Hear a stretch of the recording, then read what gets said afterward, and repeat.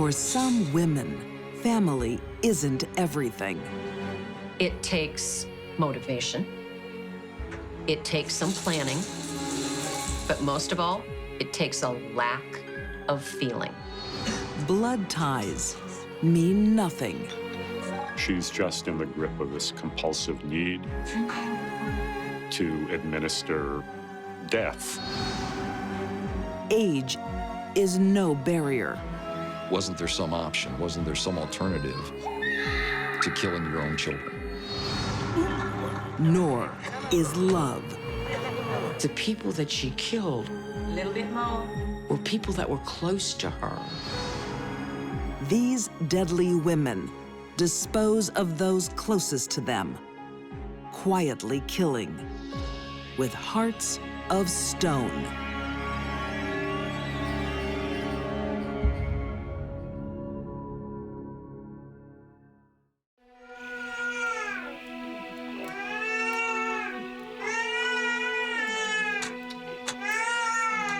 New York City in the 1860s.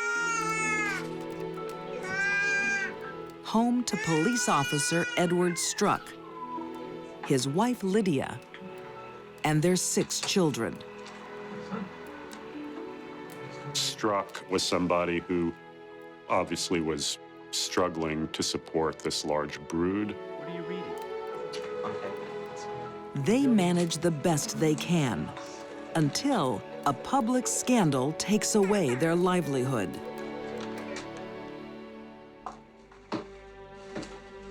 Edward, dear. You're home. I am. You said you had something to talk to me about. I have.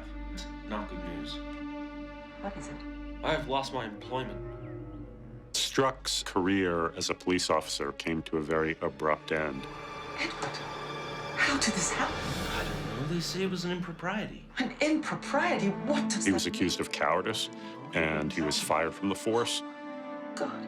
Well, Edward, what's going to happen to us? I don't know.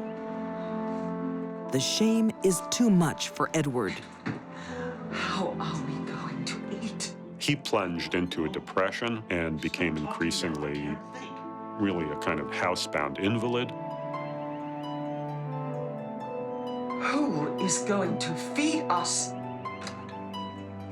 He started to become a heavy burden on the family. A burden his wife Lydia does not wish to carry.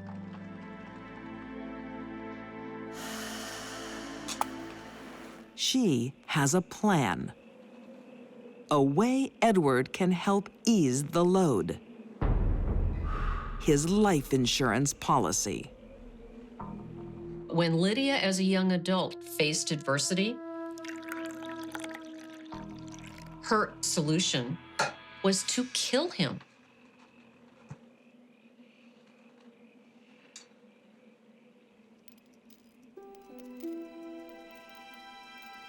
Edward's tea will have an extra ingredient today. Arsenic. Easily obtained in the 1860s.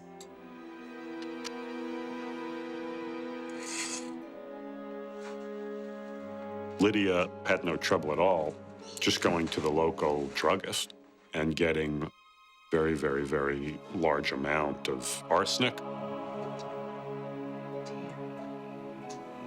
Here's some tea. This toxic drug is also simple to administer. But it is by no means a gentle death. They look like they're in distress, and they are.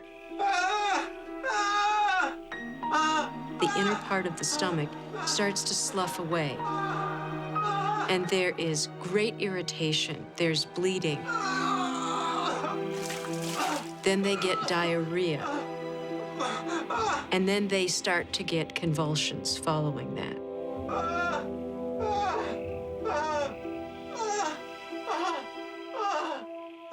Edward Struck probably suffered more than Jack the Ripper's victims. Jack the Ripper murdered his victims very, very swiftly.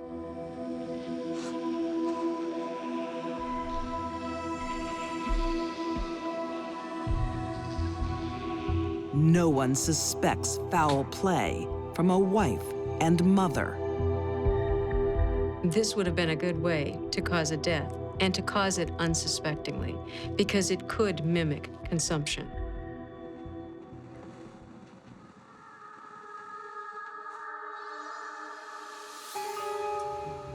One death is not enough for Lydia. Now, she has a hunger for more than money. I think Lydia had developed a taste for murder. And those closest to her are the most in danger.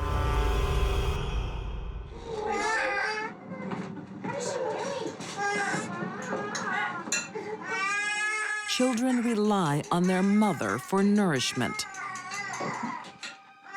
But tonight, Lydia is serving death. Lethal doses of arsenic.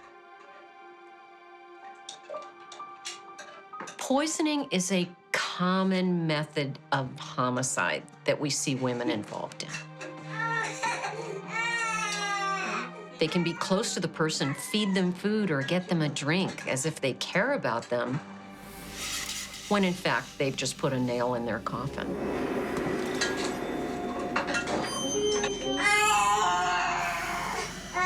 Lydia starts with the most vulnerable.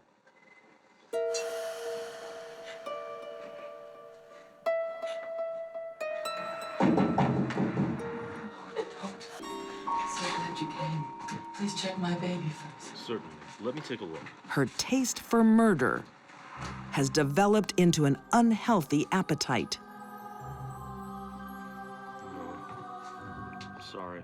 She enjoyed wielding the power of life or death over another person. Would you check my son? How long has he been sick? 2, 3 hours.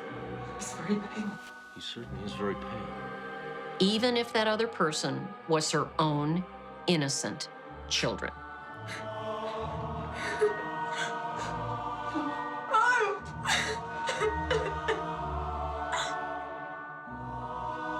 Once Lydia starts killing, she can't stop.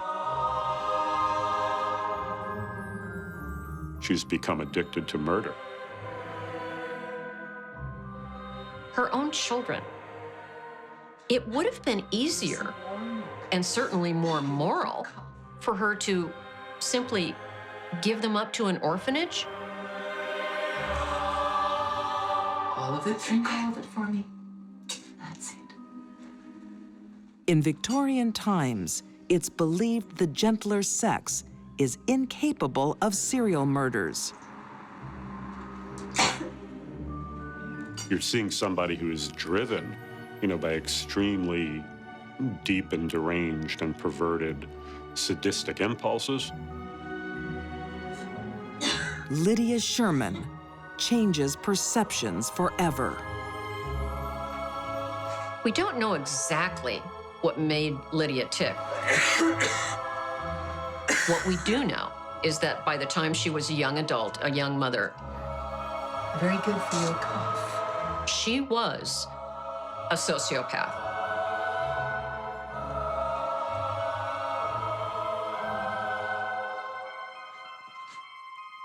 In less than 2 years, Lydia Sherman's entire family is dead without anyone suspecting murder.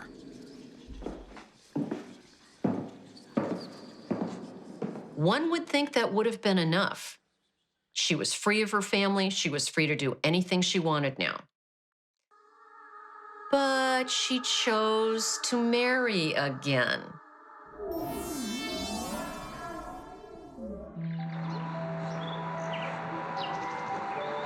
New York City in 1871. The merry widow, Lydia Sherman, marries again. wealthy Connecticut farmer Dennis Hurlburt has no idea he's in love with a serial killer.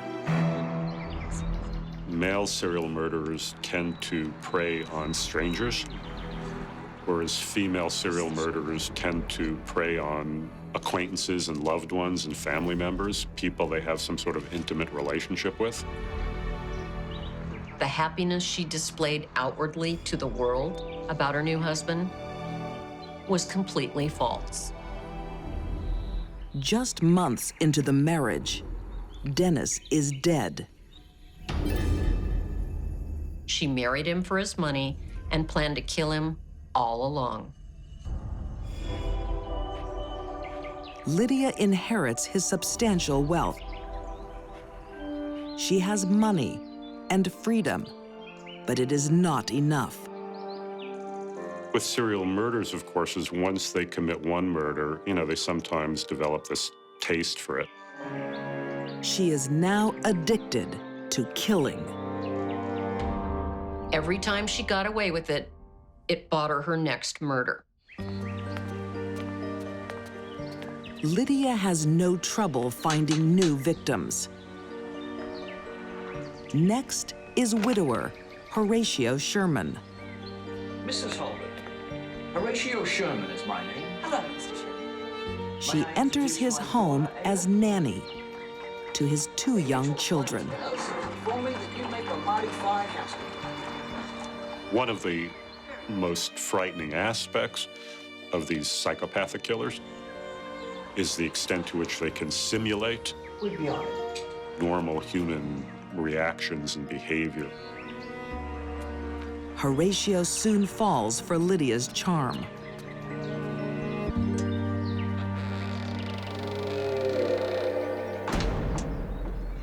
She then married her final husband, and the one who, gave her the name by which she is best known, Lydia Sherman. But Lydia is not happy sharing the home with Horatio's children. She resorts to old, bad habits. First, she kills little Frankie, then Ada,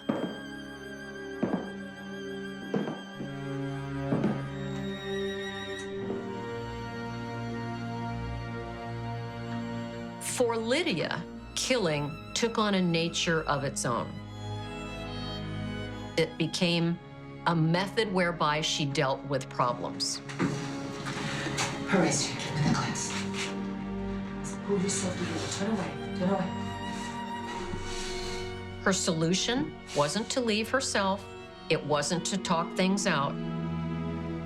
It was to kill them.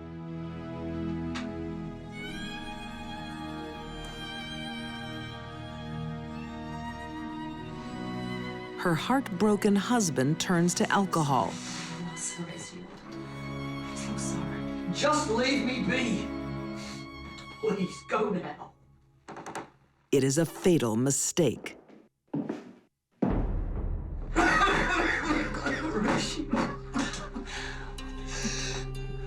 There's no indication that Sherman ever felt any sort of twinge of guilt or remorse.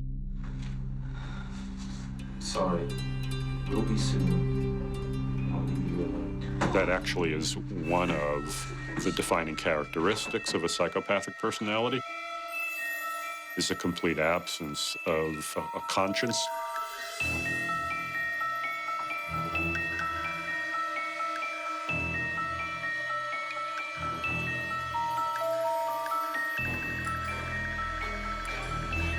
But this is the last time Lydia will enjoy the pleasure of killing. The family doctor orders an autopsy.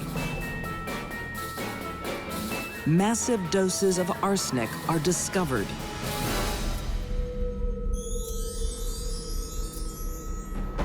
In 1872, Lydia is arrested and convicted of her husband's murder. The next year, she confesses to killing 3 husbands and 7 children. Lydia Sherman is sentenced to life in prison. The nation is stunned. She was very, very notorious. There were ballads written about her. There were nursery rhymes sung about her. They made Lydia Sherman really into a kind of huge criminal celebrity. The Queen of Poison introduces the world to the horrific concept of the female serial killer. Thank goodness Lydia was caught and taken away from society, because I don't believe she ever would have stopped poisoning people. It was in her blood, so to speak. She liked it. She knew it was wrong. She did it anyway. And there's an endless supply of potential victims.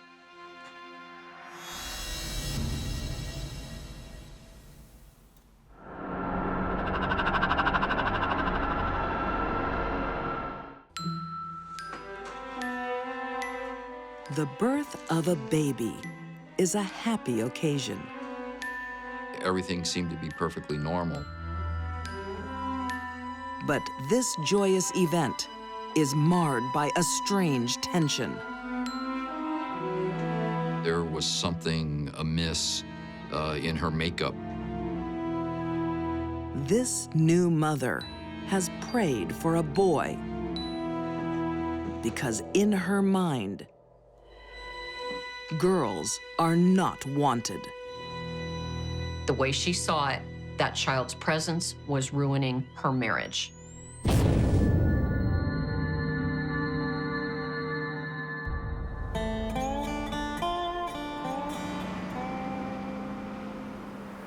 The town of Brighton, Illinois, 1981. Young Paula Sims sets up house with her new husband, Rob. They seem like an average working-class couple. A factory worker and his wife trying to get a piece of the American dream, buying a house, having a family, and it all sounded perfectly normal. 5 years later, there is a problem. It should be a happy occasion. The birth of their daughter, Lorelei. But Robert senses something wrong. Paula was heard early after the delivery of Lorelei, in essence, apologizing to Robert. Way to go. I'm sorry. Paula has her heart set on a boy. We wanted a boy. You got a girl. There's no joy for this first-time mom. She had a girl instead of a boy. This caused Paula to have serious postpartum depression, accompanied by high anxiety. This is a clinical chemical imbalance that comes over them. Women that are clinically depressed, postpartum depression, should not be taking care of their babies alone.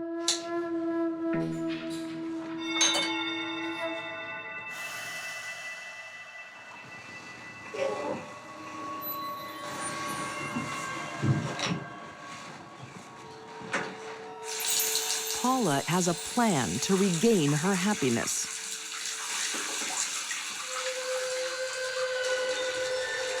A plan that requires a heart of stone. Even though Paula loved her baby girl, she saw only one answer to her problem. And it was to eliminate the source of the pain.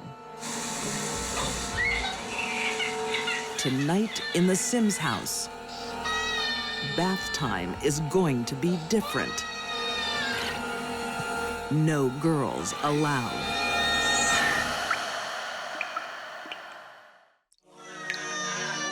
In 1981, young mother Paula Sims is suffering postpartum depression.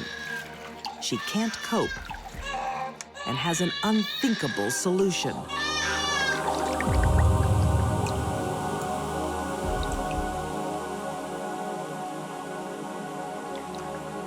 Paula let her baby drown in the bathtub. She said that she thought about going back and stopping it, but then another part of her would say, no, this has to happen.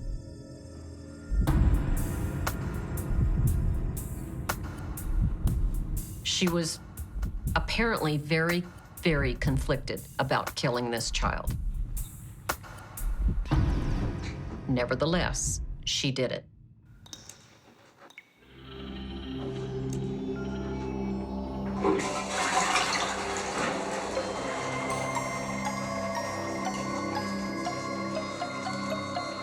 Paula takes her daughter's body out of the house and thinks up an alibi.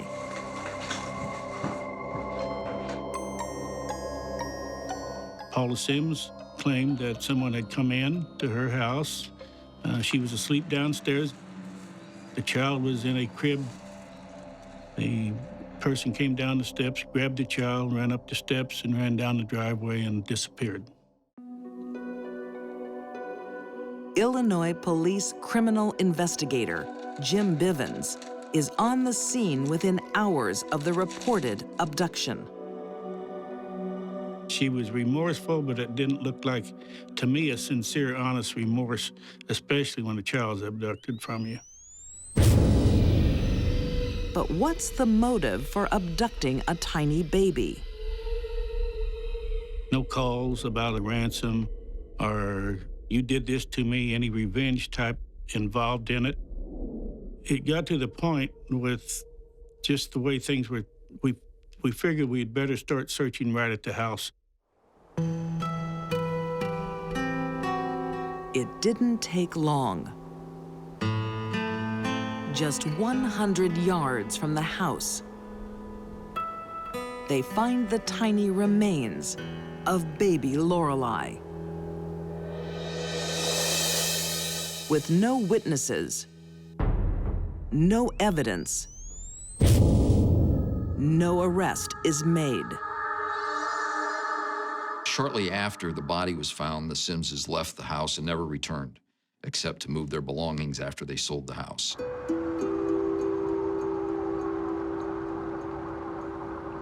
The Sims move to the city of Alton and start again. They soon have another child, a boy.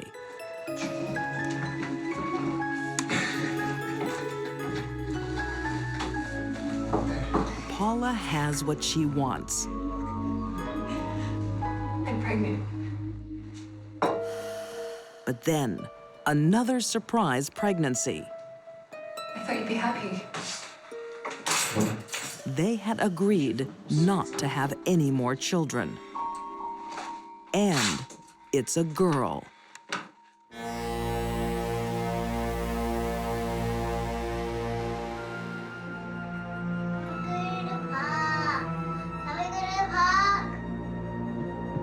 By the spring of 1989, the pressure of coping with 2 young children is too much for unstable Paula. She was probably suffering from postpartum depression, and she was medicating herself with a lot of marijuana and alcohol. And nothing really worked, except to get rid of the little baby girl.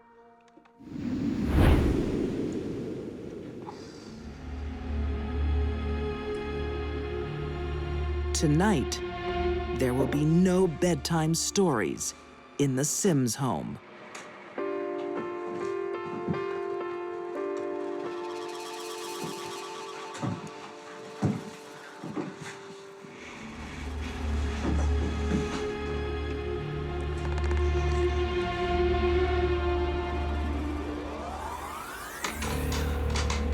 It takes about 2 minutes to suffocate an infant that way. 2 minutes is a very long time to hold your hand across your daughter's mouth. That's just a horrible thing. Wasn't there some option? Wasn't there some alternative to killing your own children?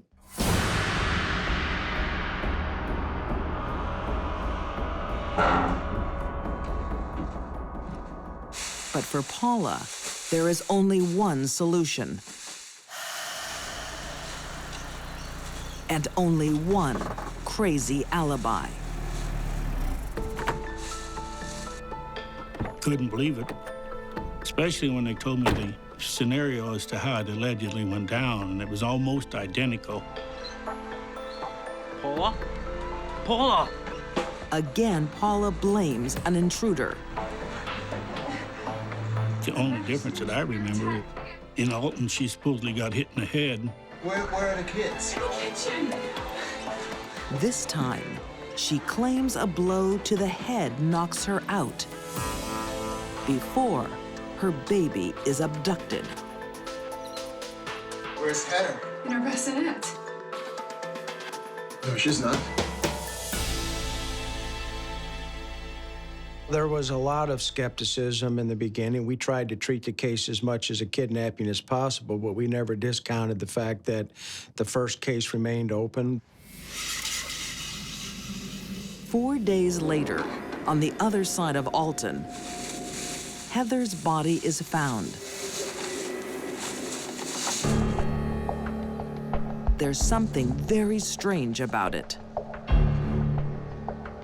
The body was found to be in near perfect condition, no signs of decomposition, almost as if she had just died. A medical examination soon discovers why.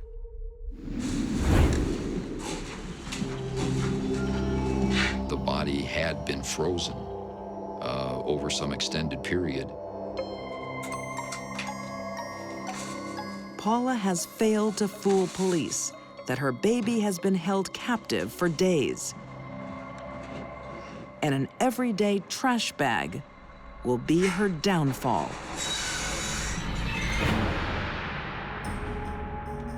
That trash bag that we recovered her body in turned out to be a key piece of evidence for us in terms of forensics.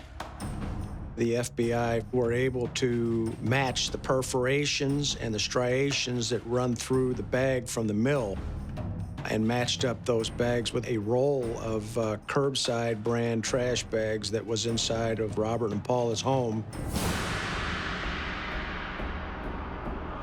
Faced with all the evidence, Paula Sims finally confesses to murdering both her daughters.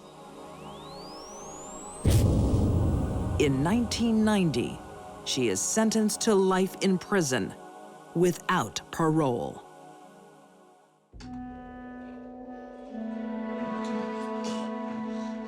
No one can ever understand why a mother would kill one of their children, let alone two. Paula is not dangerous to the general population walking around, living their lives. Paula was only dangerous to her girl children.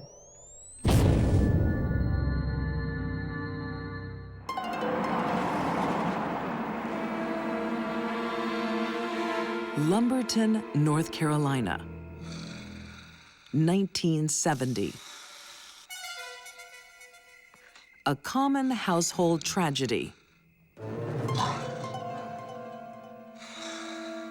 Thomas had been smoking in bed and started the fire by himself. He burns to death in his own bed. Everyone felt so badly for poor Velma. Her husband burned up in this fire. 38-year-old widow, Velma Burke, slowly recovers from her loss.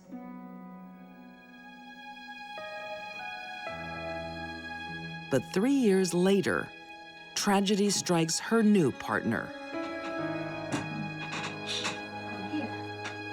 Nobody understood what was wrong with him. He already did have health problems.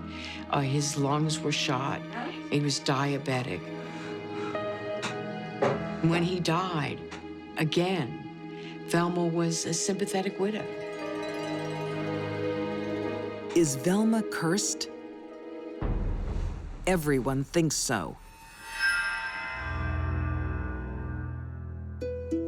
Indeed, Velma has known suffering since she was young. Velma had a dreadful childhood. Her father was an alcoholic. He was abusive. There was so much wrong. You knew she was going to come out of that childhood as damaged goods. Like many abused children, Velma tries to mask the pain with drugs. Velma started using prescription drugs and abusing prescription drugs. She's soon an addict, and doctor shops to get prescriptions. Velma had a lot of emotional problems and wasn't getting the psychiatric help that she needed. Without professional help, her addiction gets worse. And Velma becomes desperate for money. Eventually, Velma got into the same problem many addicts do. She needed to steal to get money to pay for her habit. Velma! Velma! Yes, Mom? There's a check missing out of my checkbook. I think you've probably just forgotten and you've She starts stealing from her mother. No, Velma. Velma was addicted to drugs. Mama, I'm sure you did. Drugs that would cause her to have wild mood swings. And Velma was a thief. I'm going to the bank about it. I really don't think that's necessary, do you? It was a very, very dangerous combination.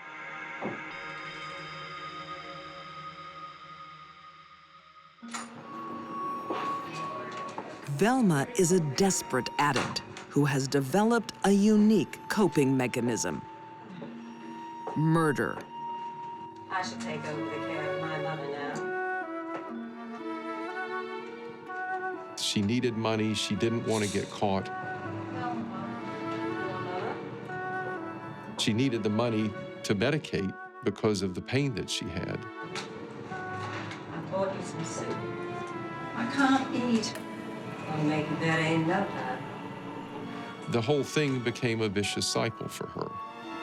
You always say homemade is best. The weapon of choice is arsenic. Come on. Come on home. That's it. Okay. Take it slow. Just a little sip. Poisoning became a way of trying to deal with a problem that she didn't know how else to deal with. All right. You have a little rest and we'll try again later, huh? With arsenic, it's very simple to drag the process out. You just give them not quite enough until it all accumulates in your system and they get sicker and sicker and die.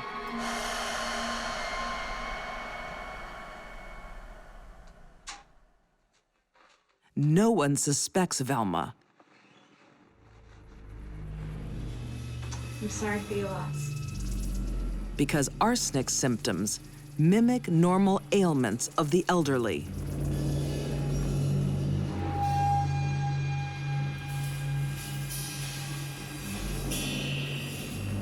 Velma doesn't get caught for murder, but she does for check fraud.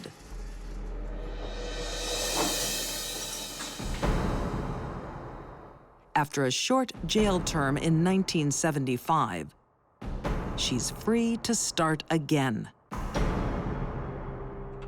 Montgomery, I have some lovely warm soup for you. She got a job caring for an elderly man. And his wife was a bit younger than he was, but she had her health problems too. But Velma also restarts her drug habit. She needs money, It is an honor and a privilege. and she's living with easy targets.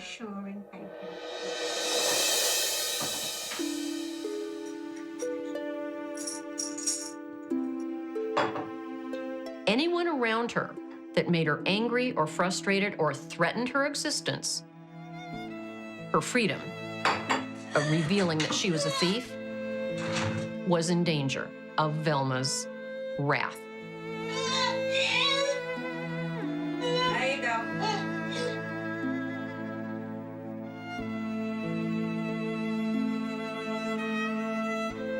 Within a year, Montgomery Edwards is dead.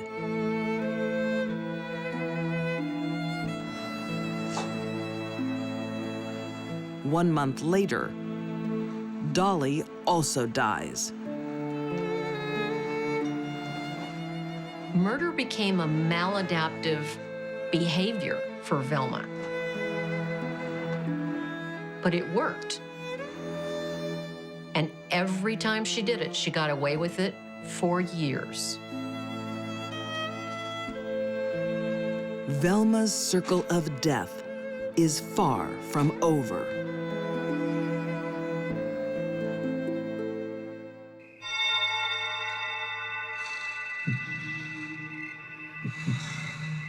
In the 1970s, in Lumberton, North Carolina, the people close to Velma Barfield keep turning up dead. Unsuspecting family believe Velma is cursed. But in truth, she's addicted to prescription drugs, and to buy them, she kills.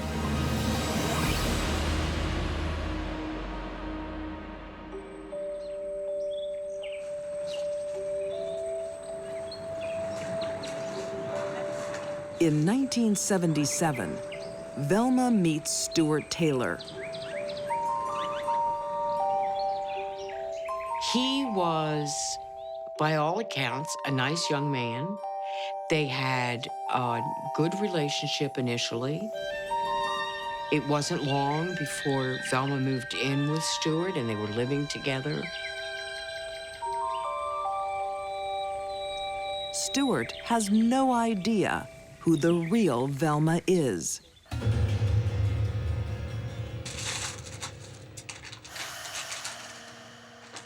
When he finds a letter from a prison inmate to his girlfriend, Honey, what you do? he's shocked. Honey, you never told me about this.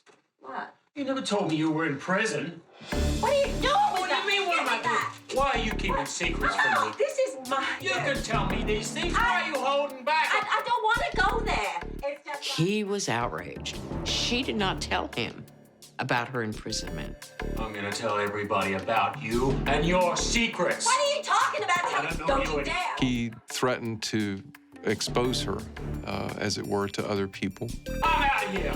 Wait, you get back here. What are you talking about? This is your... I don't trust you anymore. I'm out of here. You, get out. That was a triggering event for the sort of flood of Velma's life history crashing down on her. When Velma is stressed, her prescription drugs are not enough. She needs to end the source of her pain. She was frightened, and she fell back into her old habits. Rather than leave, she did what she'd always done when she got into a jam or frustrated. She murdered. But this is one stress release too many. This time, family don't pity Velma. They accuse her. An autopsy of her fourth victim confirms suspicions. They found the effects of arsenic in his internal organs, and they knew how he had died. That was the beginning of the end for Velma Barfield. Faced with a watertight murder charge and the prospect of more to come, an interesting thing happens. Velma Barfield confesses to not 4 murders, but 6.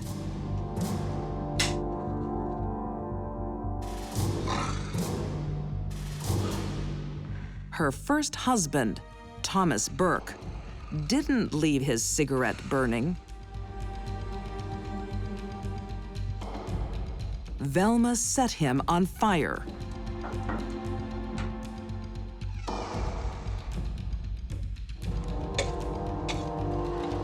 And her frail second husband, another poison victim.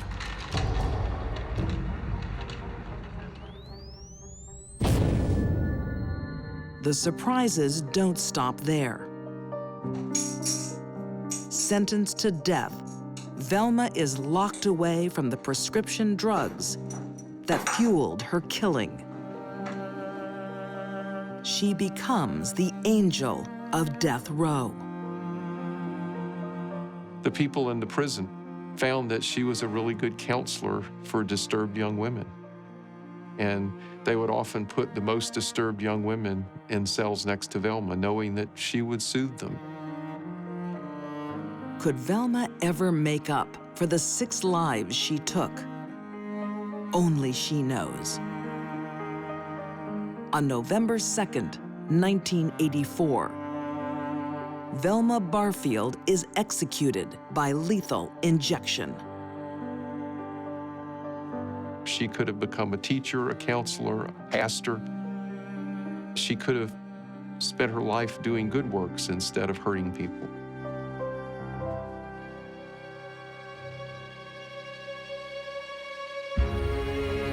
These deadly women murdered those closest to them. Lydia Sherman disposed of 10 of her family, including her own children. Paula Sims quietly murdered her unwanted baby girls. And for Velma Barfield, killing became a way to relieve stress. All 3 killed loved ones with careful planning and hearts of stone.